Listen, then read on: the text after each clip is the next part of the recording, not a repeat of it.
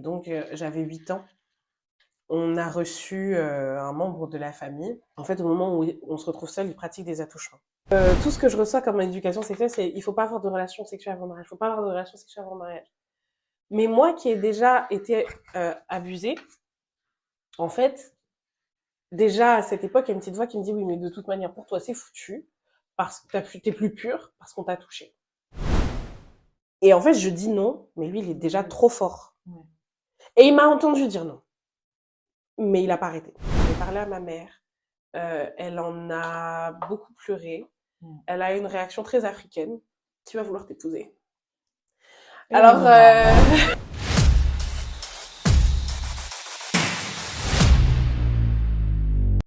Coucou mes go, j'espère que vous allez bien. Pour celles et ceux qui ne me connaissent pas, je suis Guy Françoise. Je suis prothésiste ongulaire et technicien de cils à Lille.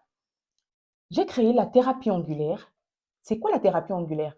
La thérapie ongulaire, c'est un espace intime et bienveillant où les femmes viennent raconter leur parcours de vie. Souvent, nous avons des histoires difficiles, des histoires vraies, des histoires lumineuses, mais surtout puissantes. L'objectif, c'est que les femmes qui écoutent la thérapie ongulaire puissent se dire, si elle s'en est sortie, moi aussi, je peux m'en sortir. C'est vraiment ça l'objectif. Donc, bienvenue dans la thérapie ongulaire avec GF. Plus qu'un soin, c'est la révélation de votre potentiel. Je suis avec Mago, Jessie, Diandra. Ah, c'est devant. Je suis avec Mago, Jessie Diandra, pardon, qui va nous parler de son histoire. L'intitulé de son histoire, c'est « J'ai été violée. Aujourd'hui, je suis pasteur et entrepreneur ». Restez connectés et on y va, mes go. Bonjour, my go, Jess. hello, hello, my girlfriend. My girlfriend. LGF, c'est girlfriend. Oui, voilà. Moi, je vois GF, je suis désolée. J'ai trop d'abréviations américaines dans la tête. Donc, voilà. You're my American girl, and you're my friend, so you're my girlfriend. Elle est trop En tout cas, merci d'avoir accepté l'invitation. Merci à toi de m'avoir accepté, de m'avoir invité. Merci beaucoup. Donc, on va passer à la présentation de Jess. Et moi, je vais commencer à faire les ongles. Et voilà, donc, qui est Jessie Diandra? Je prononce bien, hein? Oui, c'est bon, c'est bon. Diandra, c'est bon. Alors, déjà, faut savoir, Jessie Diandra. Diandra, c'est mon deuxième prénom. Ah, ok. J'ai 3 Je prénoms. pensais que c'était ton nom de famille. Ouais, j'ai mis ça parce que je savais, je sais pas pourquoi, j'ai toujours une logique de branding où en fait je voulais que les gens retiennent mon nom. Et je me suis dit quand je vais me marier, je veux pas que ça change. Je veux pas avoir à tout changer. Oui, Donc je vois. des Jessie, on a déjà. Donc Tu avais tout calculé. Ouais. On peut avoir la vision comme ça. Je sais même pas pourquoi je pensais à ça quand j'ai commencé les réseaux sociaux non, vraiment Jessie Diandra, j'ai commencé je pense vers les 2012. Ouais, j'ai commencé avec Jessie Diandra en 2012, je dirais. Et oui, en fait, du coup, c'est mon deuxième prénom. J'ai 3 prénoms. Jessie Diandra Désirée. Je porte le prénom de mon papa. Ok. Mon papa a eu 3 garçons avant moi, mais c'est à la fille qui a donné son prénom. La seule fille. La seule fille. Ah ouais, la princesse. Et la dernière. Et du coup, je suis une fille Mandilou Bukambu. Donc, mon papa, il est professeur en économie, il a été musicien, il a toujours aimé la musique dans la maison. On a grandi avec de la musique. J'ai des vinyles, j'ai les vinyles de Thriller, j'ai les vinyles de Stevie Wonder, mais aussi les vinyles de Jacques Brel, Barbara. Donc, un style éclectique d'affaires. Parce que mon père, il aimait la musique d'ailleurs. Mes frères ont fait du rap.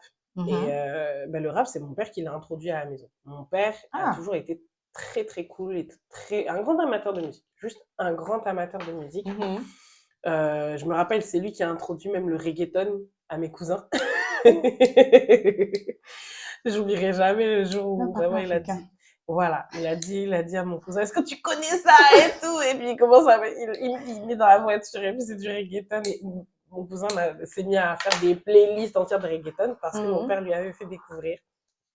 Et ma maman, donc, elle a travaillé en tant que gouvernante à peu près toute sa vie. Elle a travaillé aussi dans une chocolaterie, etc. Mais vraiment beaucoup, gouvernante, les ménages, tout ça. Mais son vrai don, c'est la cuisine. Ok. Et d'ailleurs, en ce moment, j'en profite pour lancer l'info. Je me mets sur le fait de l'aider à lancer son rêve Ah, de toujours. trop Donc, la marque bien. Madame Ameya, qui est un traiteur Afrofusion, Ok. en fait. En Et tout cas, dès que c'est bon, ouais, tu nous diras. je vous dis ça. Ouais. Je vous dis ça. Et donc, ma mère, elle a fait des mariages, etc. Mais mon père et ma mère faisaient une excellente équipe. Hmm. C'est-à-dire que ma mère, elle avait la main pour doser, pour faire des recettes incroyables. Mon père, c'était celui qui allait chercher des recettes et qui travaillait la présentation, la logistique et l'organisation. D'accord. Je me rappelle, une fois, on a fait un mariage à plus de 300 personnes. Mhm. Et dis-toi, tu connais les Congolais, non les Congolais. Ils arrivaient, il y a des gens qui sont arrivés à 2h, 3h du matin, ils avaient leur entrée dressée sur une assiette. Waouh. Souvent, quand tu arrives à 2 heures comme ça, il n'y a plus C'est rien, fini, il n'y c'est a plus fini. rien. On dit Voilà. les retardataires ont tort. Voilà. Et d'ailleurs, à ce mariage-là, les gens qui étaient là le jour de ce mariage se rappellent du repas. Et ce repas-là, c'est un repas que mes parents ont offert de bon cœur Ouais. aux couples qui sont pour moi des grands frères et des grandes sœurs de cœur. D'accord. Donc, Jessie Djangra, à quel âge? Jessie tiendra à 32 ans, Congolaise. congolaise. J'aime bien dire I'm a worldwide woman. Je suis née à Lille. Je suis née à Lille, mais je veux pas finir à Lille. Non. Moi, je viens du Congo. Donc, tu rentres au Congo. Ouais, je vais rentrer. Je vais Ok. rentrer. Est-ce que ce sera à Brazzaville? Je pense pas, parce qu'entre-temps, un monsieur est venu snatch mon cœur comme ça, et puis il venait de la Sans RDC. prévenir. Sans prévenir, vraiment, il arrivait sans crier, gars. Et il venait de Kinshasa. Mhm. Et entre-temps, moi, je suis tombée amoureuse aussi de Kinshasa. Oh. Je Et tout ça, c'est le Congo. te dis, donc là, quand je rentre, ce sera Kinshasa. Ok. En plus, Sinon, t'es de Brazza. ouais, moi, je suis Ok. de Brazzaville. Donc, on a fait un enfant au milieu du fleuve. Voilà. C'est On a eu ça. un enfant qui réunit. C'est la réunification. Réunification. L'enfant de la Réunification des deux Congos. Voilà, c'est ça. La réunification du royaume. C'est ça. Et bon, ben, qu'est-ce que je fais de la vie? Je fais tout. Non, je dis que en vrai, je suis créative en mission. Oui. Parce que je crée pour vivre. Tu vois, Francis Ngannou, il tape les gens pour vivre. Moi, je crée pour vivre. J'ai mis du temps à trouver ma carrière. Mhm. J'ai fini par me dire que, en fait, il fallait que je la taille sur mesure. Parce que, de base, moi, ce que je voulais, c'était faire de la musique. Ok. Mon père, lui, il voulait que je sois présidente du monde. Donc, il avait planifié toute ma carrière. Il savait que à tel âge, elle va aller dans telle école, à tel moment, elle va faire HEC, ENA, et puis normalement, si tout se passe bien, on la nomme au mieux. Soit elle peut faire campagne, soit elle devient ministre des Affaires étrangères. Et puis ensuite, il avait tout calculé. Oh. Et en fait, à 13 ans, il me met à la musique. Parce que je développe très tôt en fait cet intérêt pour la musique. J'ai commencé à chanter, j'avais 5-6 ans, d'ailleurs je me rappelle. Mon frère m'a emmené une fois à la Fnac. Et tu sais, à l'époque, il y avait les casques là qu'on pouvait, Oui, on pouvait écouter. oh là là, ramener cette époque. Et en fait, moi, je mets un casque sur mes oreilles, Ouais. je me mets à chanter, je ferme les yeux, je me mets à chanter, j'ouvre les yeux, je voyais 6 adultes autour de moi en train de m'écouter comme si j'étais en performance. Et mon frère, il dit, mais Jessie, qu'est-ce que tu fais? Il était parti, il s'était un tout petit peu éloigné, en fait, il est venu me chercher. Donc, moi, vraiment, à 6 ans, quand j'étais toute petite, je voulais être Naomi Campbell. Et parmi les premiers mots que j'ai dit, suis belle. Déjà toute petite comme Ouais, ça, c'est rare. j'avais grave cette confiance en moi là, qui a été Et c'est tes brisée parents après. qui t'ont donné cette confiance ou bien c'est toi, Ouais, c'est mes les frères, parents, ma la mère, famille. mes frères me disaient tout le temps, t'es toute belle. Je me rappelle, mon frère dit, j'étais le plus beau bébé Wow. du quartier et tout. Donc vraiment, suis belle. Ensuite, j'ai vu Whitney Houston à la télé, j'ai dit, je veux faire comme Whitney Houston. Et après, vers la préadolescence, je voulais être Beyoncé. Oh. Un mélange entre Beyoncé et Alicia Keys. Elle est née pour briller. Ouais, vraiment. C'est ça. C'est une chose est sûre, je vais être sur scène à un moment ou à un autre de ma vie. Et ensuite, donc, qu'est-ce qui s'est passé? C'est que donc mon père m'a mis au solfège. Ensuite, j'ai commencé le piano. J'ai eu une vraie révélation. Mon père m'a acheté les partitions d'Alicia Keys. Donc là, vraiment, j'étais dedans. Et en fait, simultanément, je rencontre le Seigneur. Mais là, j'avance un peu. Parce que le moment où je rencontre le Seigneur, vraiment, j'ai 11 ans. Mais avant ça, il s'est passé quelque chose qui m'a brisée. Et donc, j'avais 8 ans. À 8 ans, on a reçu un membre de la famille qui devait passer les vacances, etc. Et en fait, au moment où on se retrouve seul, pas que mes parents sont pas dans la maison, ils sont dans la maison, mais moi j'avais une pièce qui était un peu comme une salle de jeu. En fait, au moment où on se retrouve seul, ils pratiquent des attouchements. Et Seulement sur toi ou... sur moi. Mes frères sont pas là. Mes frères sont très âgés, beaucoup plus âgés que moi. Mon frère le plus jeune, on a 9 ans d'écart. Donc moi, je suis vraiment l'enfant qu'on n'attendait plus, hein. T'es la L'enfant que... dernière, Ouais, c'est je suis ça, vraiment ouais. la dernière. Ma mère, elle l'a fait parce qu'elle voulait essayer à tout prix d'avoir Ouais. sa fille. Et d'ailleurs, bah, pour m'avoir, elle a dit à Dieu, si tu me donnes une fille, elle te servira toute sa vie. Ça, c'est le genre de promesse, Dieu, Mm. il tend toujours l'oreille. J'ai compris, hein. Mhm. Et donc, à cette époque-là, quand tu subis un attouchement, bah, t'es un enfant. Tu sais pas, Tu sais tu pas ce qui se sens passe. que quelque chose est en train de se passer de bizarre, Mhm. mais tu peux pas mettre de mots dessus. Et inconsciemment, tu sais que c'est pas bien. Donc, tu vas pas aller en parler. Même dans toute ton innocence, tu vas pas en parler. Sauf que psychologiquement, le cerveau humain, il a deux manières de réagir, en fait. Soit, premièrement, déjà, il a tendance à l'oublier. Ouais. Soit, et puis ensuite, soit on devient hypersexuel, Mm. hypersexualisé, soit on a un blocage avec la sexualité. Et moi, je dirais que j'ai vécu un peu des deux. Les deux. Donc, à 11 ans, je rencontre le Seigneur.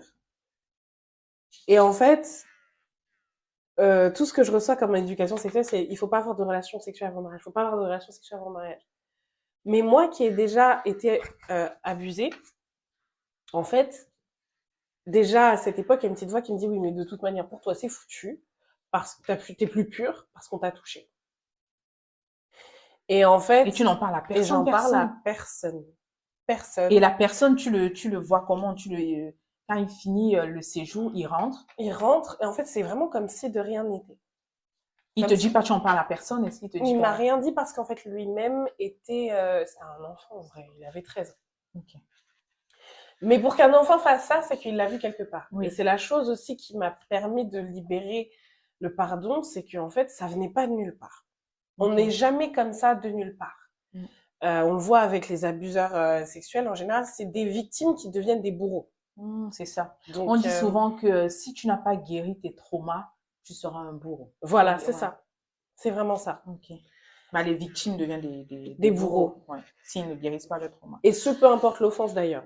Parce Ouais. que ce soit la trahison, que ce soit en amitié, en amour, vraiment les choses avec nos parents, Oui. les choses dont on ne Oui. guérit pas, et surtout ce qu'on ne pardonne pas, on finit par le reproduire en fait. C'est Ouais. comme si Dieu avait une manière particulière de nous mettre dans les chaussures de la personne qu'on juge, Ouais. C'est vrai. pour nous rendre humbles. Ouais. Et donc, en fait, ce qui s'est passé, c'est que j'ai commencé à vivre une double vie simultanément. C'est-à-dire que à 11 ans, j'étais sincère avec le Seigneur. Vraiment, j'ai senti le Seigneur me toucher à un point où c'est comme si je retournais à ma place. Parce que ma mère avait commencé à m'apprendre à prier quand j'avais 3 ans. Et j'ai grandi avec cette croyance, je sais pas, cette notion que, en fait, Dieu m'a prêté à mes parents. Mm. Et en fait, quand moi je vais quitter cette terre, je retournais à mon vrai papa. Et donc à 11 ans, c'était comme si j'entrais en contact plus profond avec mon vrai papa. Et pendant 2 ans, je harcèle mon pasteur pour qu'il me baptise.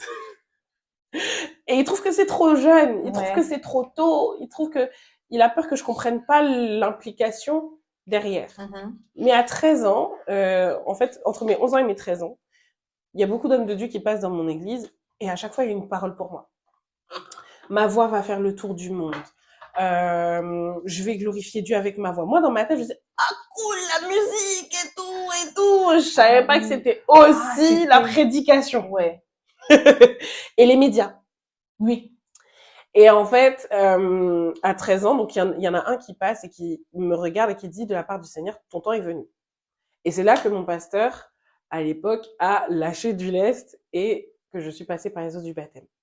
Et donc, je À passe par les 13 ans? eaux à 13 ans. Mhm. Et donc, je passe par les eaux du baptême. Je reçois beaucoup d'enseignements. Ma relation avec Dieu, elle s'approfondit. Mais il y a cette partie de moi qui est secrète, à laquelle j'arrive pas à laisser Dieu accéder. Accéder. Tu fermais cette partie. Je fermais cette partie-là parce qu'en fait, elle a tellement été secrète de ma vie pendant longtemps que pour moi, et puis aussi pour moi, c'était tellement sale que pour moi, c'était pas possible que Dieu veuille toucher ou faire même du ménage là-bas. Je me voyais comme un peu un cas désespéré. J'ai essayé plusieurs fois. Je me suis dit au bout d'un moment que bah Dieu voyait, mais surtout ce qui m'a fait défaut, c'est que j'ai essayé de régler mon trauma par moi-même en me disant c'est à moi de me montrer plus sainte, c'est à moi d'assainir mes comportements, c'est à moi de me guérir de ce qui m'est arrivé, c'est à moi de me guérir de mes mauvais penchants. Parce que enfin la porte qui a été ouverte, c'est vraiment ça, c'est que j'ai été introduite à la sexualité d'une manière illégale en fait. Mais c'est pas de ta faute. Mais c'était pas de ma faute, mais dans ma tête, il fallait que je fasse cet effort sur moi-même. Il fallait que je travaille moi-même. Tout était sur moi. Et en fait, bah forcément, quand on met toute la pression sur soi-même, on échoue. Et ce qui s'est passé, c'est que de mes 11 ans à ma vie de jeune adulte, à plusieurs reprises, j'ai été attouchée sans réagir. Parce qu'en fait, ce Ah, il y qui avait avait eu été... d'autres fois Il y a encore? eu d'autres fois. Avec la même personne? Non, c'est Oh ça là le truc. là.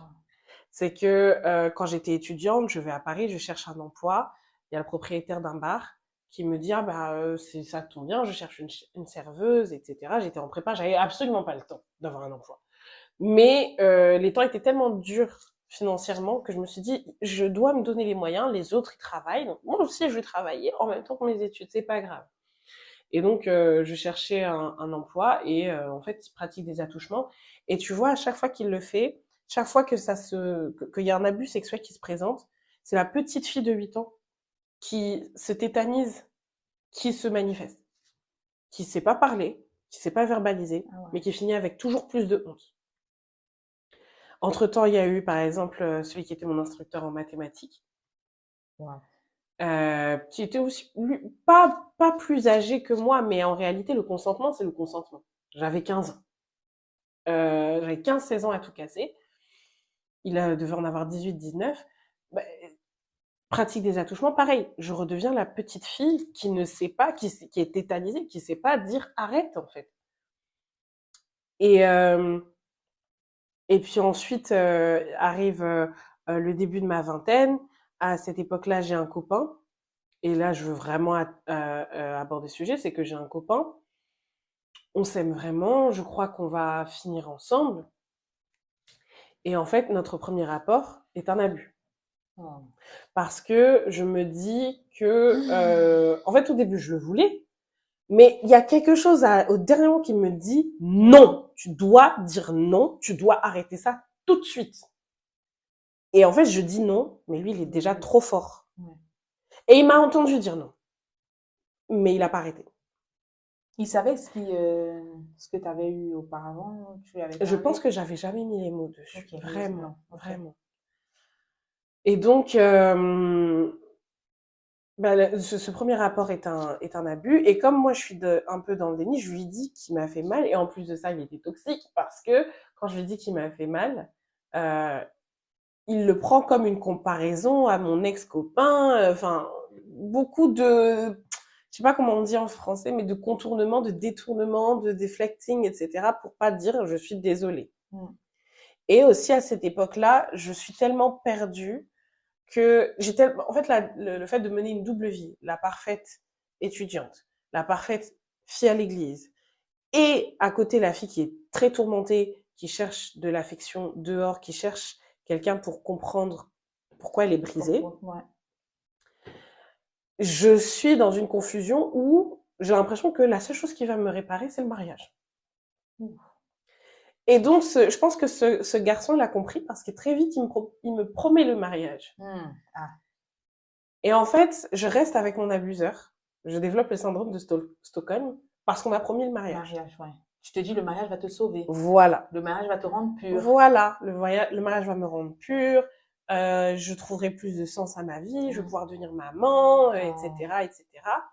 Et quand on ajoute à ça le fait aussi que malheureusement dans les églises, on n'éduque pas beaucoup, on prend beaucoup de temps pour les jeunes, pour les mettre en garde contre les effets de la sexualité, mais on met moins de temps sur le fait d'encourager les jeunes à être qui Dieu dit qu'ils sont, à chercher leur identité propre avant de parler de sexualité, en fait. Qui tu es vraiment. Et donc, moi, pour moi, je me réalisais dans le mariage. Donc, j'arrive dans cette... comme je suis dans cette mentalité-là, ça se passe, je ne réagis pas. C'est un étudiant de passage. Et en fait, le plan, c'est qu'il était ghanéen. Il devait retourner au Ghana et venir me chercher. Donc, terminer ses études, venir me chercher. Il retourne au Ghana, il me trompe. Je reste. Comme une idiote, je me comporte comme si j'étais déjà dans le mariage. Oui, le mariage, c'est des combats. Tout ça et tout. On aime le combat. Je n'ai même pas encore dans le mariage. Je n'ai pas encore dans le mariage.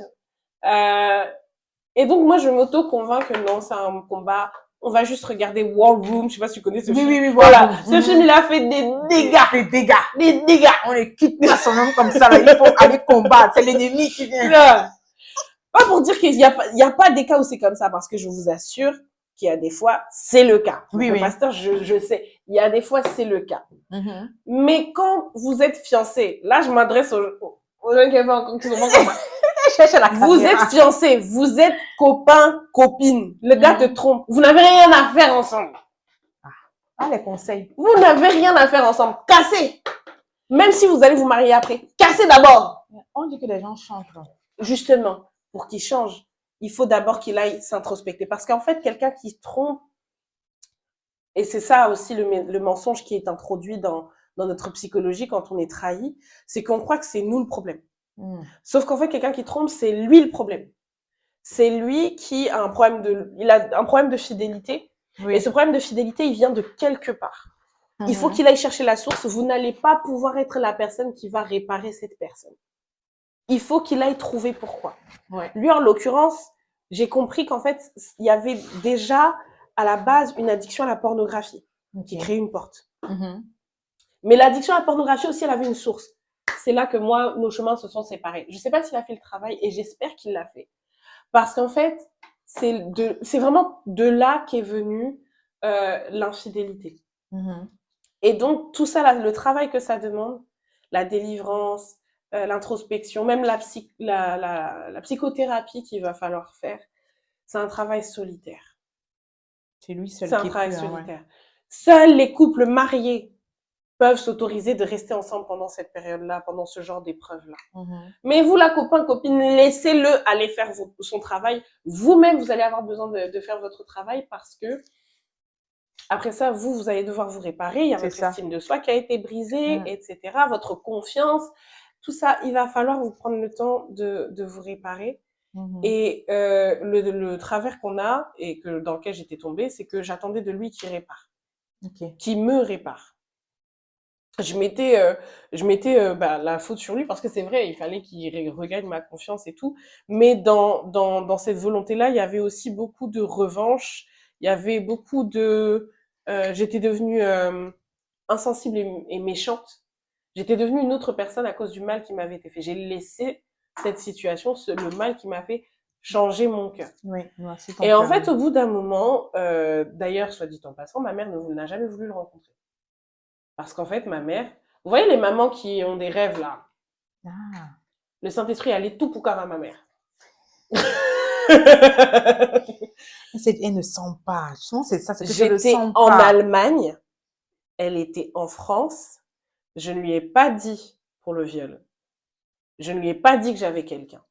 Au moment où je lui parle de quelqu'un qui veut m'épouser, elle dit non, je ne veux pas le rencontrer. Parce que tout de suite dans sa tête, elle se dit, c'est le garçon que Dieu m'a montré dans mon rêve il y a quelques mois. Au moment où moi, j'ai été abusée, en fait. Ouais. Tout de suite, elle refuse. Et donc, du coup, moi, à cette époque, malheureusement, on était entre de très mauvaises mains spirituelles. Oui, on était dans une secte, voilà. Et dans la secte-là, de toute manière, ma mère, elle est dedans, elle fait un pressing pour que je la rejoigne, que je quitte l'église que je fréquentais. Parce qu'en fait, à Lille. Ouais. Ne La donne secte, pas le c'était nom, même hein. pas... Non, mais en fait, le problème, c'est... Enfin, le problème. C'est plus ou moins délicat parce qu'en fait, c'était un truc de maison.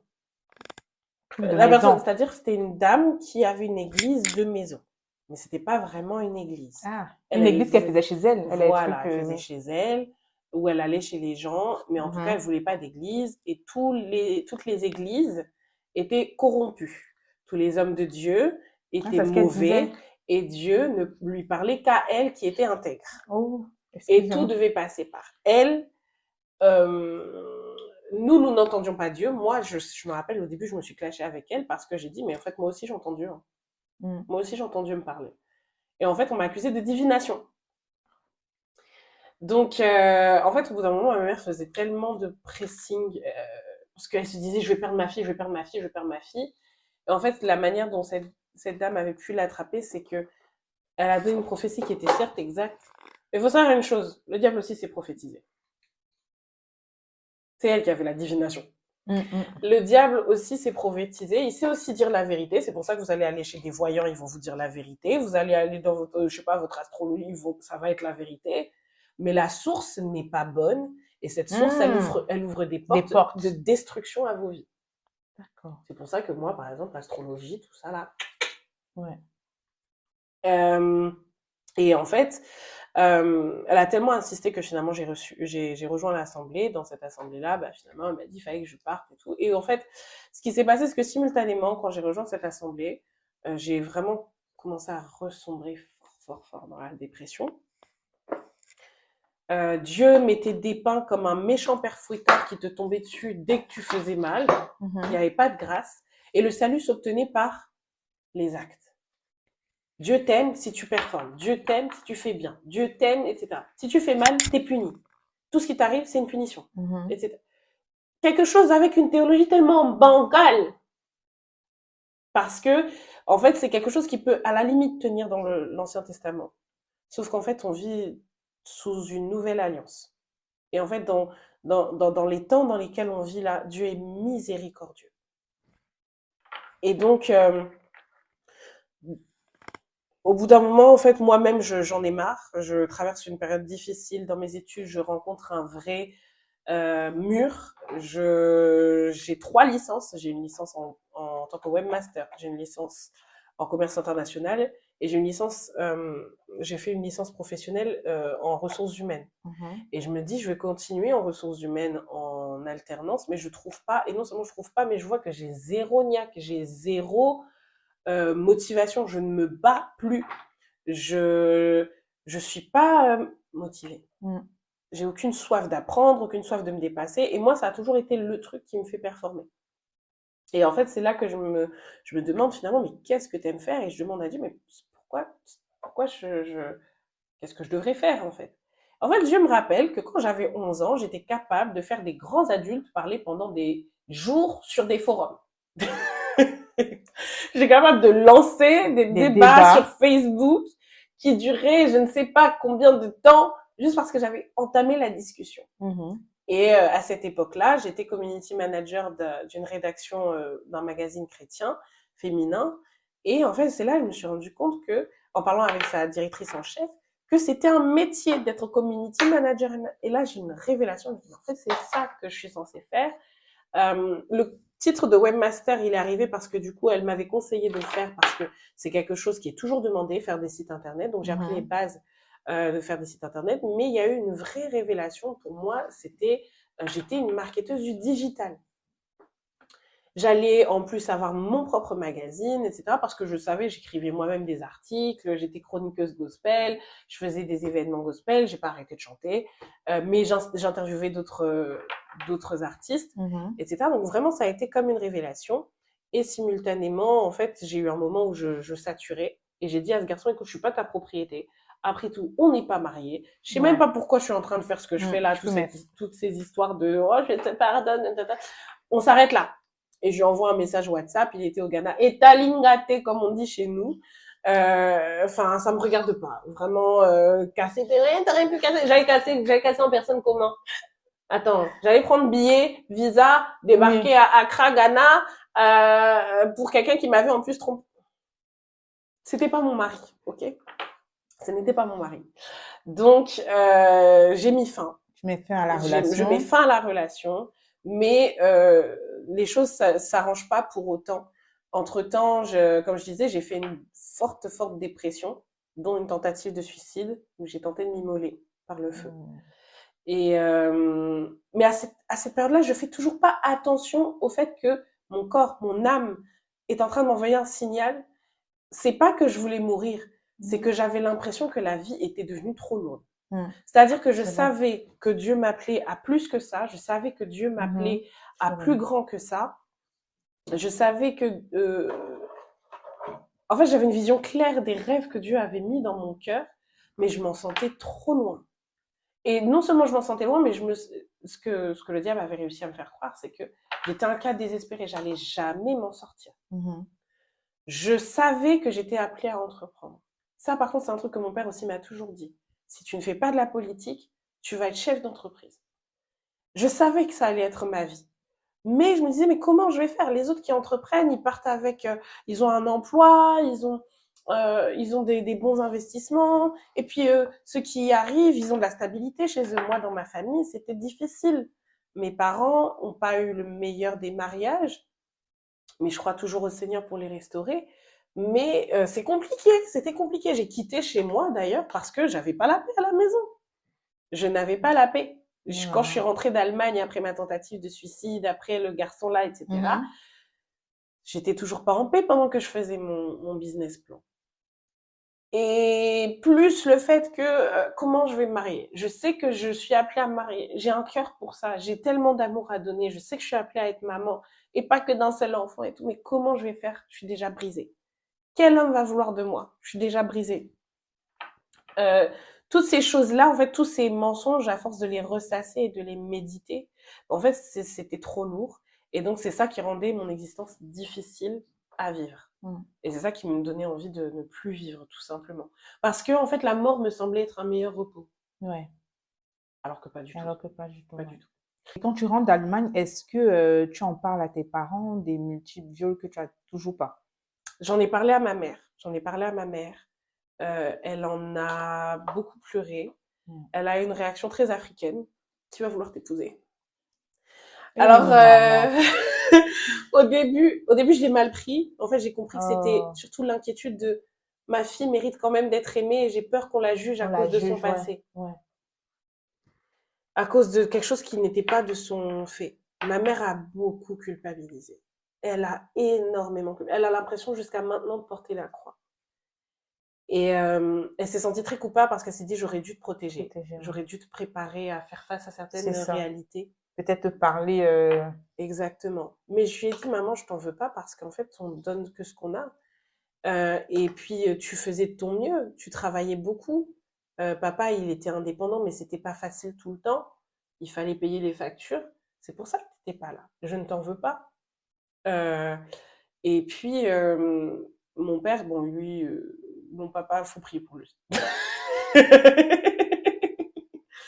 Faut prier pour mon papa. Il n'a pas eu la meilleure des réactions, mais encore une fois, moi je sais comment le diable utilise les failles des gens, Des gens. les défauts des gens contre moi. Maintenant, je le vois phare à phare, je le vois vraiment Mhm. face à face. Et je me rappelle en avoir parlé à mon frère. Mes frères, ils ont été dévastés. Ouais, Je c'est crois que j'ai vrai. vu mes frères pleurer pour la première fois comme ça. En fait, tu as eu le courage d'en parler Ouais. à toute ta famille. Ça, c'est Alors le courage, j'en beaucoup. parle à toute ma famille, non, je l'ai mal fait. Je tiens à dire, je l'ai mal fait. J'ai mal fait, j'en ai parlé parce que ça devait sortir, mais Ok. c'est sorti n'importe comment dans un truc, en fait, autour d'une Oui, dispute comme ça sur les réseaux sociaux. Moi, j'ai commencé à sortir que ouais, moi, je suis fière de moi, j'ai survécu à ça, etc. Sauf que mes frères n'étaient pas au courant. Et en fait, bah, l'un Ah, la des première proches fois de que tu mes en parles, frères, c'était sur les réseaux. ouais. Oh, Alors ma mère, je lui ai écrit une lettre parce ok. que à cette époque, je savais pas, je m'exprime toujours mieux à l'écrit que par oral. C'est drôle quand même, c'est cocasse parce que je suis une speaker, je suis conférencière, mais donnez-moi une plume et je m'exprime beaucoup mieux que à l'oral. Donc avec ma mère, je communiquais avec des lettres. Quand j'avais pas le courage de lui parler, je communiquais avec des lettres. Par contre, pour mes frères, ben, ça a été ça. Euh, L'un des proches de mes frères a vu la story, elle lui a envoyé. Et en fait, mes frères m'ont demandé, mais c'est quoi cette histoire? Et en fait, ça les a dévastés. Euh, Mon troisième frère voulait commettre un meurtre. Clairement, mon troisième frère, Dieu merci, il a donné sa vie à Christ. Mes agresseurs devraient remercier le Seigneur que Dieu existe. Parce que, parce que lui, il voulait tuer. Lui, c'était quelqu'un. Je trouve que mon fils, il a pris un peu chez lui. Parce que si vous vous promenez avec lui à Vinades, on l'appelle le maire de la ville. Moi et monsieur, on l'appelle le maire de la ville. Tout le monde le connaît, tout le monde le respecte. Et puis, il inspire aussi un peu la peur, même beaucoup. C'est un frigo. Il faisait du rap, enfin voilà, assez connu sur l'agglomération lilloise. Et lui, il voulait commettre un meurtre.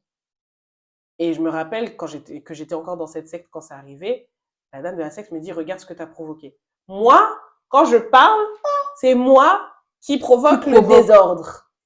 T'es victime. Voilà. Ok, tu n'as pas eu peut-être la bonne façon Exactement. d'en parler. J'ai pas eu l'impression d'avoir eu la compassion dont j'avais besoin à ce moment-là. Ça brise encore plus. Exactement. Ça m'a créé une colère qui fait que. Mais je savais, en fait, même là, je savais que c'était pas Dieu. J'étais fâchée contre quelqu'un, mais j'étais pas fâchée contre Dieu. Pas du tout. Et j'avance de mon côté. Ah oui, j'ai oublié de le dire aussi. L'une des manières dont mon dysfonctionnement s'exprime, les nombreux dysfonctionnements s'expriment, c'est aussi dans mes relations amicales. C'est-à-dire que j'ai des comportements qui ne sont pas normaux, qui sont normaux, qui sont toxiques. Mais en fait, pour moi, c'est la norme parce que je grandis dans une maison où il y a beaucoup de toxicité.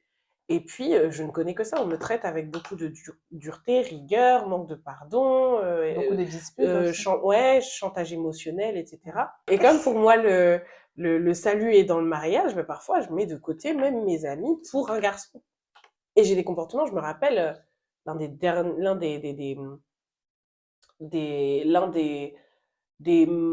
nouvel an, réveillon du nouvel an. Je suis avec mes amis d'enfance, un garçon m'appelle et je passe le reste de la nuit à la cuisine alors qu'elles sont là à côté. Ça ne se fait pas. Ouais. Et en fait, elles m'ont mise de côté, sauf une. Et là, j'aimerais que ce soit vraiment une leçon pour les personnes qui sont des amies, parce que être une amie, c'est aussi une mission, ce qu'on appelle chez nous les chrétiens un ministère. C'est devenu c'est la marraine de mon fils d'ailleurs. Elle a pris le temps. D'abord, elle m'a mise à l'écart. Mais ensuite, elle est musulmane. Pendant le ramadan, elle m'a appelée et elle a juste appelé pour me demander, Jessie, comment tu vas? Parce que même si c'est vrai ce que tes comportements m'ont déçu, peut-être qu'il y a quelque chose qui va pas. Et en fait, c'est là que j'ai commencé à déballer d'ouvrir mon cœur. C'est elle qui a commencé vraiment le processus où j'ouvre mon cœur. Après ça, j'ai écrit à ma mère. Après ça, j'en ai parlé sur les réseaux. Donc vraiment, le fait qu'elle ait vu au-delà de l'offense, au-delà de la bizarrerie que je pouvais avoir. Donc mon amie, en fait, c'est là qu'elle a vraiment, elle-même, je sais pas si elle le sait, Eva, si tu regardes ce live, sache-le. Coucou Eva. Eva, je t'aime. Je te le dis souvent, mais je te le redis encore. Tu m'as appris à être une amie. Tu m'as appris c'était quoi être une amie.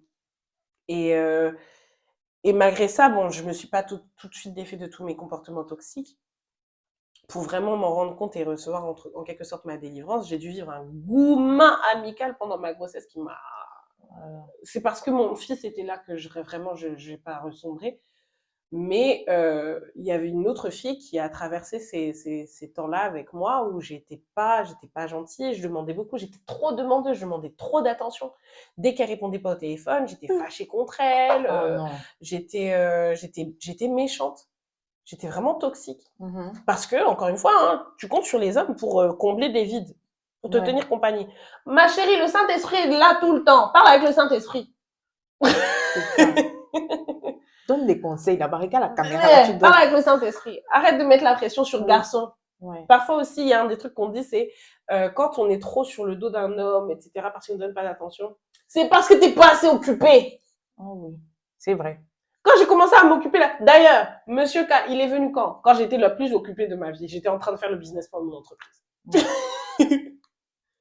Parce que, permettez-moi de prêcher un peu, Adam et Ève, dans le jardin d'Éden, Elle a dit qu'elle est pasteur, donc obligée qu'on désolée, devait avoir. je suis désolée. Adam et Ève, dans le jardin d'Éden, quand Adam il reconnaît Ève, d'abord, premièrement, c'est Adam qui reconnaît Ève, ok? C'est pas à Ève de dire, oh, voilà mon Adam, laissez ça. Laissez ça, ok?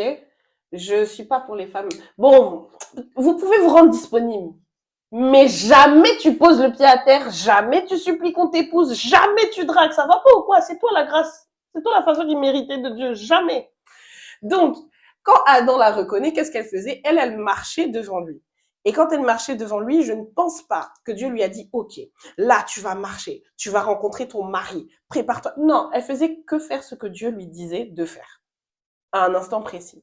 Donc, en attendant ton mari, fais ce que Dieu te dit de faire. Si Dieu t'a dit, va travailler, va travailler. Va étudier, va étudier.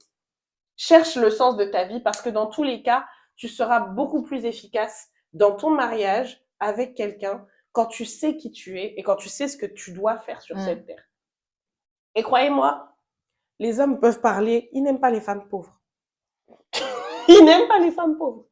Les femmes qui savent faire de l'argent là. Lisez bien Proverbe 31. La fameuse femme Proverbe 31 avec laquelle on nous torture tout le temps. Parce que c'est vrai que moi, pour moi, c'était devenu une torture aussi de lire Proverbe 31. Je me sentais pas digne d'être une femme Proverbe 31. Pour ça et ceux qui sont pas chrétiens, la femme Proverbe 31, c'est le modèle d'épouse que les femmes chrétiennes devraient être. Et moi, je me sentais pas digne parce que j'avais l'impression de pas avoir la capacité en fait d'être une femme vertueuse. Et en fait, quand tu relis, déjà, la femme vertueuse, elle a beaucoup d'aides. Parce qu'on dit, ouais, elle se lève tôt le matin, mais elle donne des aides de ses ordres à ses serviteurs et à ses servantes. Donc, ça veut dire que elle n'entretient pas la maison toute seule. Elle se met pas toute la charge mentale sur elle. Et puis, l'une des choses aussi pour lesquelles on respecte son mari, c'est que elle pense à un champ et elle l'acquiert. Comment elle l'acquiert? Vous croyez qu'elle l'acquiert juste avec l'argent de son mari? Non, dans le même chapitre là, on dit qu'elle vend des tissus, je crois. Elle-même, elle vend. Donc, elle-même, elle a son business, elle est businesswoman. Donc, vraiment, si vous voulez être vertueuse, focalisez-vous sur vous d'abord. Vous, votre relation avec Dieu, qui Dieu dit que vous êtes, qu'est-ce que vous êtes censé faire de vos études, votre travail, gérer vos amitiés. Les amitiés sont aussi un bel entraînement pour gérer n'importe quelle relation finalement.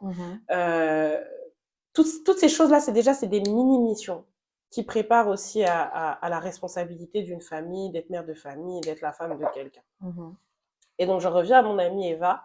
Quand elle a fait ça, ah oui, non, j'ai avancé vers le goumin amical pendant ma grossesse. Ça m'a vraiment fait mal, mais c'était nécessaire. C'était nécessaire pour que je comprenne. Et donc j'en arrive à l'épisode de ma grossesse. Donc, je mène encore cette double vie, cette double identité, malgré moi. Je rencontre celui qui est Monsieur K, qui partage ma vie depuis bientôt 7 ans. 7 ans. On est quel jour? On a passé notre anniversaire comme ça. La vie de parents. Ça fait 7 ans. Non, pas aujourd'hui, c'était le 12 juin. Ça fait 7 ans qu'on se connaît. Ouais. Donc je rencontre Monsieur K et à cette époque-là, la dame dans ma secte là me dit c'est pas ton mari. Ils aiment dire ça. Cette fois-ci, je me suis entêtée. J'ai dit non. Le caractère que ce garçon il a me dit que c'est quelqu'un avec qui je peux faire ma vie. Il était pas parfait, loin d'être parfait. J'ai même pas rencontré à l'église, j'ai rencontré sur Twitter, ok? Jessie. Non, j'ai dit, mais y a pas de souci, on s'est rencontré sur Twitter. Jessie a dit qu'elle a un livre ouvert. Ouvert. Ma vie, c'est un témoignage. Témoignage, oui. Donc, on s'est rencontrés sur Twitter. Tout ça. Au début, on a commencé à discuter. Ce qui nous a vraiment rapprochés, c'était nos ambitions. Et parce que moi, j'étais en train de faire mon business plan. Lui, il était en train de se lancer à son compte. Il travaillait déjà en tant que photographe dans une autre entreprise, mais il était parti en solo. Okay. Et on parlait en fait des rêves long terme et moi j'ai commencé à l'aider à structurer ses rêves en tant que professionnel. Je pense qu'il est même tombé amoureux de mon cerveau avant de tomber amoureux d'autre chose. Vraiment. Parce que il me disait toujours ton cerveau fonctionne trop bien. Oh là là. Jusqu'à aujourd'hui, on réfléchit comme à deux. C'est une entité, on réfléchit à deux. Vous êtes une équipe, quoi. Ouais, comme une équipe. Et donc, quand on me dit c'est pas mon mari, je vous assure, c'est rentré par là, c'est sorti par là. Mhm.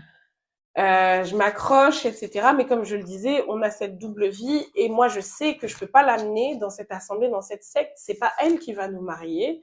Je sens, c'est malsain en fait. Et quand on n'est pas dans une assemblée où on vous encadre, on vous enseigne la vérité de la parole de Dieu, etc., au lieu de juste vous dire ne fais pas ça sinon Dieu va vous punir, ne fais pas ça sinon Dieu va vous punir, etc. Forcément, euh, euh, j'ai vécu dans ce qu'on appelle la compromission. Et donc, on est tombé enceinte tous les deux. Donc, je suis tombée enceinte. Je suis tombée enceinte. Euh, je tombe enceinte. Et en fait, au moment où je tombe enceinte, je dis non, non, non, non. Mon enfant ne peut pas vivre, ne peut pas grandir dans cette assemblée, entre guillemets. Mhm. Moi, j'ai grandi dans une assemblée bienveillante. Je me rappelle que la première fois où j'ai écrit des poèmes, c'était dans l'église, parce qu'on on m'en a donné l'opportunité à l'Écodim, Club Josué. Première fois que j'ai chanté solo à un micro, c'était à l'église. Première fois, enfin, beaucoup des fois, des premières fois où j'ai pu m'exprimer, exprimer ma créativité. Et tout ce que je fais aujourd'hui, écrire, parler, chanter, jouer du piano, composer, c'était à l'église. Avoir une communauté de personnes, de grands frères, de grandes sœurs qui sont pas parfaits, certes, mais qui vont quand même semer de la confiance en toi Mhm. et passer des moments d'amitié comme ça, des bons moments et tout, c'était à l'église. Et là où j'étais, je savais que ça pouvait pas pourvoir à cet environnement-là pour mon fils. Donc j'ai dit non, je quitte cette secte. Et ta mère était toujours dans Ma mère, l'église. comme Dieu fait bien les choses, ma mère était dans cette secte, mais elle avait commencé à fréquenter l'église où je suis pasteur maintenant. Ok. Et, fun fact, comme y était allée, dans la secte, on avait été suspendu. Parce que si tu mettais les pieds dans une église, t'étais suspendu. C'est bizarre, hein? Comme si l'église menaçait. C'est ça. C'est bizarre quand même. Mhm, mhm. Et donc, comme elle était suspendue, elle allait beaucoup plus dans cette église. Et donc, quand elle rejoint cette église-là, elle parle de moi à son pasteur, on se rencontre, je vais à l'église une première fois. Le pasteur me rencontre, il y a tout de suite à peu près les mêmes prophéties, mais il entre un peu plus dans le détail. Mhm. Mon pasteur a le type de don prophétique, et ne soyez pas étonnés si dans les quelques mois ou années à venir, je commence à manifester ça. Il a ce genre de don prophétique. Certains d'entre vous l'ont peut-être déjà vu, mais euh, c'est pas un voyant. Attention, la prophétie, c'est pas un voyant. La prophétie, c'est pas juste vous dire votre avenir ou voir les choses dans votre passé, des choses que personne ne sait. C'est en vue de vous rapprocher de Dieu. C'est en vue de vous réconcilier avec Dieu. Mon bassin, il a ce genre de don où il est capable de savoir ton numéro de sécurité sociale, ton numéro de téléphone. Le Saint-Esprit peut tout lui poucave, tout lui dire. Il peut lui dire que en telle année, tu as rencontré telle personne, vous habitiez dans à telle rue, et voilà ce qui s'est passé. Mais il n'a pas seulement l'information de ce qui s'est passé dans le physique, mais au moment où il s'est passé ça, spirituellement, voilà ce qui s'est passé. Mhm. Et donc ensuite, il va te guider pour t'aider à t'accrocher au Seigneur et savoir comment remédier à ta situation. Ok. Et donc, quand j'étais enceinte, il m'a pas tout dit. Je suis sûre qu'il a dû voir des choses là-bas. Il a pas tout dit. Il a parlé un petit peu sur mon passé, les gens que j'ai rencontrés et tout, le fait que j'étais entrepreneur. Il m'a dit, toi, tu travailles dans l'informatique, etc. Mais surtout, il a dit, pour ta grossesse, voilà ce qu'on va faire. On va prier tous les soirs ensemble, jusqu'à ton accouchement. Et pendant 9 mois, un homme de Dieu qui a 32 églises, plus de 32 maintenant, a pris le temps de m'appeler à 21h pile pour prier avec moi, le papa de l'enfant, sur la grossesse. Et je le sais, si c'était pas pour ses prières et celles de ma mère, cette grossesse, cet accouchement aurait été beaucoup plus difficile. J'aurais vécu quelque chose de tragique. Et donc, en fait, j'ai redécouvert l'amour dans une assemblée. L'amour de Dieu au travers des autres. Mhm. Je répète, pas des gens parfaits. Est-ce qu'il n'y a pas eu de conflit? Est-ce qu'il n'y a pas eu de moment où on s'est offensé? Si. D'ailleurs, ça va peut-être encore arriver. Mais justement, quand la Bible dit que l'amour couvre une multitude de fautes, c'est de ça dont il s'agit. C'est qu'en fait, si Dieu il a inventé le concept de pardon, c'est parce qu'il savait qu'on allait s'offenser les uns les autres et il nous a dit de nous pardonner 7 fois, 77 fois. Mais ces gens-là m'ont couvert d'une manière et ils ont embrassé aussi Monsieur K d'une manière. Tu peux pas me dire que c'est pas une église de Dieu en fait. C'est littéralement Mm. le but de l'église. Tu t'es J'ai été retrouvée, vous vous êtes accompagnée, j'ai été retrouvés. soutenue. Mhm. En dehors de l'église, mes amies d'enfance aussi m'ont soutenue d'une manière dès qu'elles ont su que j'étais enceinte. C'était incroyable. Je pense que j'ai rien acheté à cet enfant pendant les 6 premiers mois. Sa naissance, je n'ai rien acheté à cet enfant. Enfin, j'ai acheté peut-être une ou deux tenues. Mhm. Mais tout le reste, la liste de grossesse, ses jouets, même ses sérums filles. Copine caviar. Copines caviar. Des copines caviar. Les 3 premiers mois, elles se relayaient. Au moins une fois tous les 3 jours, j'avais quelqu'un qui passait, qui prenait l'enfant, qui nous permettait de dormir. Ma mère, elle était là de toute manière, mais elle me permettait d'aller me laver. Elle me demandait comment j'allais. Et elle le faisait pas que pour moi. Elles l'ont fait. Elles ont embrassé le père de mon enfant comme leur frère. Elle lui demandait, pendant que je dormais ou quoi, comment tu vas? Et ça, c'est important pour les hommes. On est en plein mois de la santé mentale des hommes, d'avoir cette personne à qui ils peuvent dire vraiment comment ils se sentent après la naissance, parce que c'est un événement qui les traumatise eux aussi. Ouais.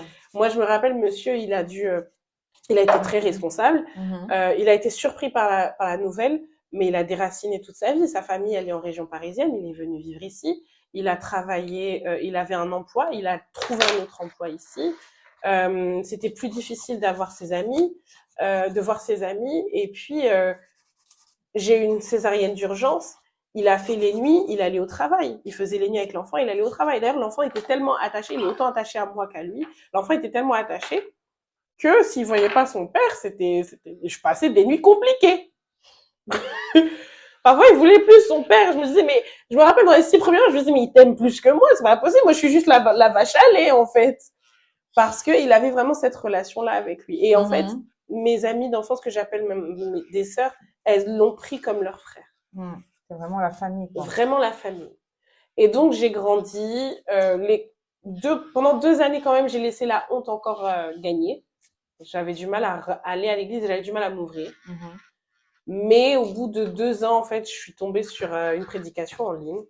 C'était une dame qui est aux États-Unis, qui s'appelle Leslie Osei. Elle a 6 enfants. Et en fait, elle a incarné pour moi le genre de femme que je voulais devenir. Je me suis dit, cette femme, en fait, elle laisse pas la dépression la voir. Elle laisse pas ses émotions la voir. Et elle connaît tellement sa parole, mais c'est pas juste connaître sa Bible.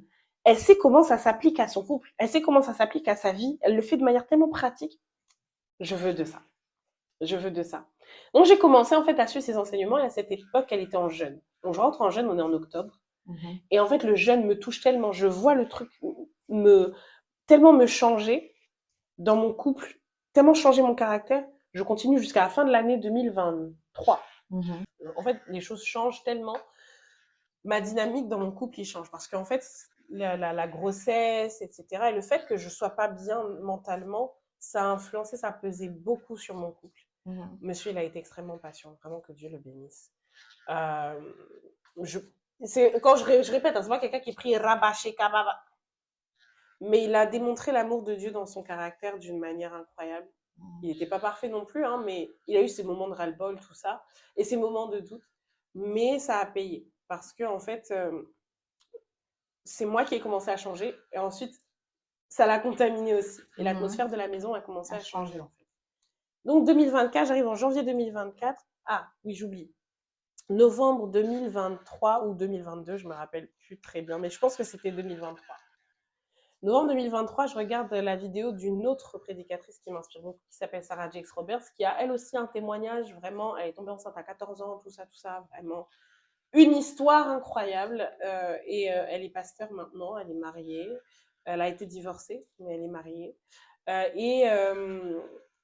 Son père lui a confié sa charge. D'ailleurs, récemment, il lui a confié tout son ministère, toute son église est tombée sur elle.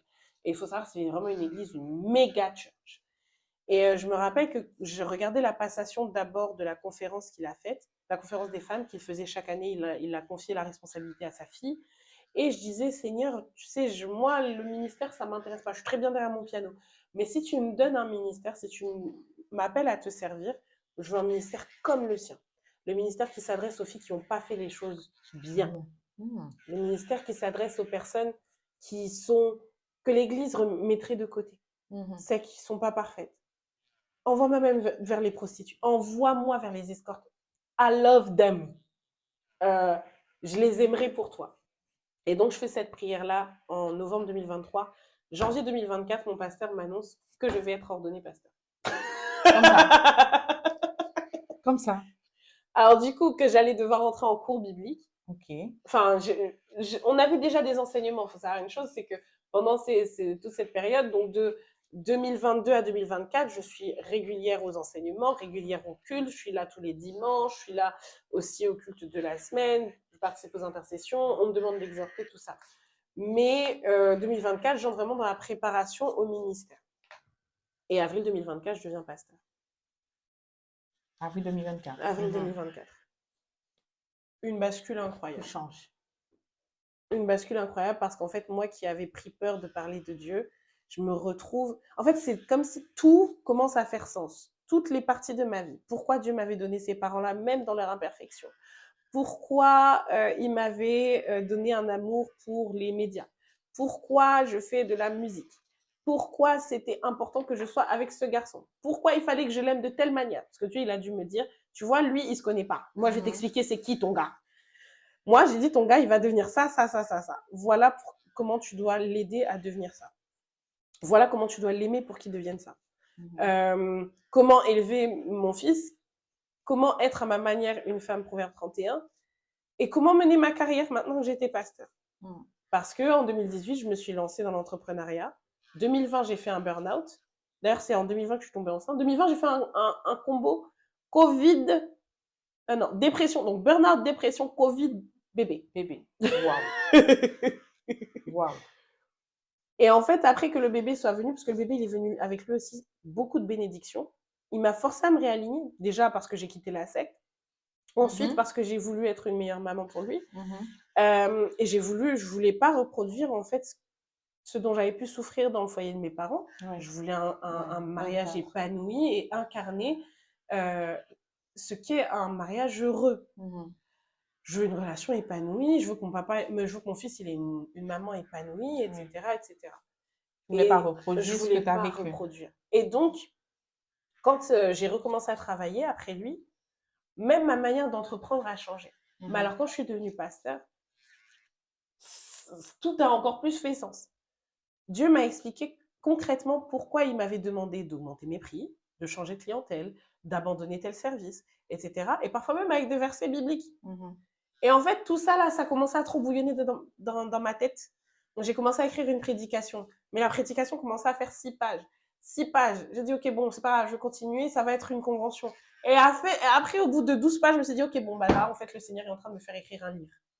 Ah oui. D'où ton livre. D'où mon livre Créer pour créer. Créer pour créer. En tout cas, je vais mettre toutes les infos, les liens de sa page Insta, son site internet pour son livre. Vous allez voir, c'est une pépite, vraiment. Voilà. Et voilà comment je suis passée de petite fille brisée à maman, bientôt mariée. On va faire là, par contre, je lui ai dit, on va faire les ongles de la demande en mariage. Donc, monsieur, si tu passes par là, sache que tu es obligé de demander notre sœur en mariage. Voilà. Et Jason, du coup, j'ai une question. J'ai une question. Est-ce que ta petite fille de 8 ans, aujourd'hui, elle a toujours honte ou pas? Elle est tellement fière de nous. Elle est réparée. Et en fait, c'est fou parce qu'en fait, Dieu, il a réparé parce que je pense que ce qui se passe avec le trauma, c'est que souvent, il arrête une partie de toi à l'âge auquel le trauma est arrivé. C'est pour ça qu'il y a certains moments dans mes disputes avec monsieur, c'était pas Jessie de 20 ans, de 28, 29, 30, 31 ans qui se manifestait. C'était la petite fille de 8 ans. Ouais. Mais quand Dieu te guérit, tu commences à pouvoir agir selon l'âge que tu as. Parce que tu peux faire la différence entre la petite fille et l'adulte. En fait, tu laisses la petite fille s'exprimer au bon moment. Oui. Et l'adulte s'exprimer au bon moment. Et en fait, cette petite fille, elle s'exprime parce qu'elle redécouvre les joies d'être amoureuse, les joies de l'insouciance aussi, oui. Les joies d'une amitié sincère sans avoir à se méfier qu'on te fasse du mal, les joies de donner sans avoir peur qu'on t'utilise, oui. Et même le fait, moi, que je sois heureuse en amour, moi, je vis déjà comme un miracle. J'aurais pu voir les hommes comme tous des menaces. D'ailleurs, j'ai eu ma période quand même. une période où j'ai dit je veux pas me marier. C'est ça. Je pense Tous les que hommes sont les violeurs. voilà, tous les hommes sont des violeurs, c'est des abuseurs, etc. Le Exactement. mariage ne bénéficie pas aux femmes, Ouais. etc., etc. Mais maintenant, ma petite fille, en fait, j'ai l'impression de revivre. Ma vie a repris quand je me suis réalignée à qui Dieu dit que j'étais. Et Dieu ne me voyait pas comme la femme brisée. Quand j'ai compris que pour Dieu, en fait, ce que les hommes m'avaient fait, ça voulait rien dire. Et qu'il m'appelait toujours précieuse, choisie, prunelle de ses yeux, qu'il avait toujours donné sa vie pour moi et que les rêves qu'il m'avait donnés, ils étaient toujours valables et ils étaient toujours associés à moi et que c'était à moi de les accomplir, pas à ma fille, pas... Non, c'était vraiment pour moi qu'il avait prévu de m'aider à les accomplir. En fait, c'est là que mon estime de moi elle a été réparée, en fait. C'est là que mon estime de moi a été réparée. Mon estime de moi, c'est ce qu'on appelle chez les Américains de la God-fidence. J'ai pas confiance en moi, la partie humaine de moi, mais j'ai confiance en la version divine de moi. Et quel conseil tu donnerais à des femmes qui ont subi des multiples viols comme toi? J'ai beaucoup de clientes qui ont subi des viols, qui se sont confiées à moi. Et ça me fait tellement mal et j'aimerais que tu leur donnes la force, que tu leur parles aujourd'hui. Si tu peux regarder la caméra là. Ouais. Tu parles à mes go, vraiment. Tu parles à mes go parce que quand je t'ai envoyé le message et que j'ai vu ton parcours et tout et que je me suis rappelée de la vie de certaines femmes qui n'arrivent pas à se relever, qui sombrent. J'ai beaucoup de go actuellement qui sont dans le noir et qui essayent de se relever et qui ont la même histoire que toi. Donc, j'aimerais qu'aujourd'hui, si tu peux leur passer un message. Tu n'es pas ton traumatisme. Tu es qui Dieu dit que tu es. Et Dieu, il t'a appelé comme une créature merveilleuse. Et je sais que tu ne le ressens pas maintenant. Je sais que tu ne le ressens pas tous les jours. Mais tous les jours, tu vaux le meilleur. Tous les jours, Jésus-Christ t'aime.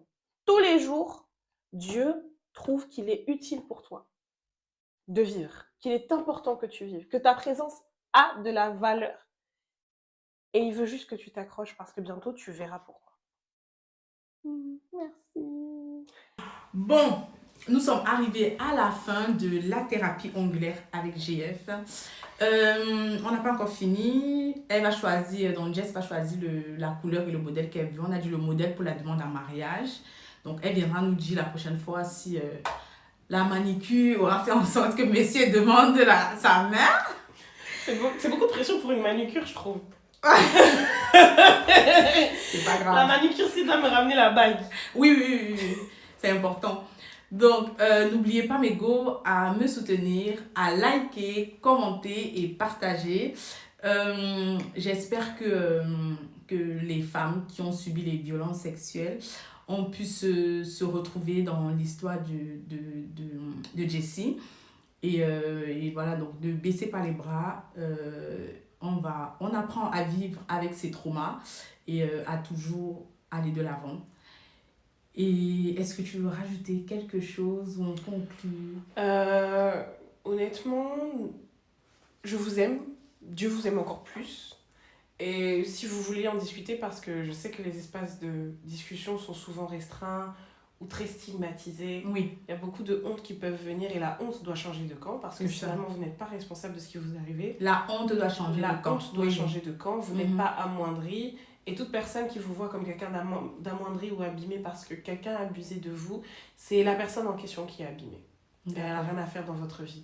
Donc n'hésitez pas, moi vous me retrouvez partout, sur tous les réseaux sociaux. Je vais mettre tous les liens. Vous tapez Jessie Diana sur Google, vous allez trouver mon site internet, vous allez trouver ma page Google, TikTok, Instagram, Facebook, LinkedIn, Twitter, tout. Elle est très gentille, elle répond vraiment aux messages, elle répond à tout le monde. Et n'hésitez pas, si vous voulez en parler avec elle. Et voilà, n'ayez pas honte. Et c'est fini. Bisous mes go. Dis bisous à mes go. Abonnez-vous. Bisous. Kamata, bisous. Mouah.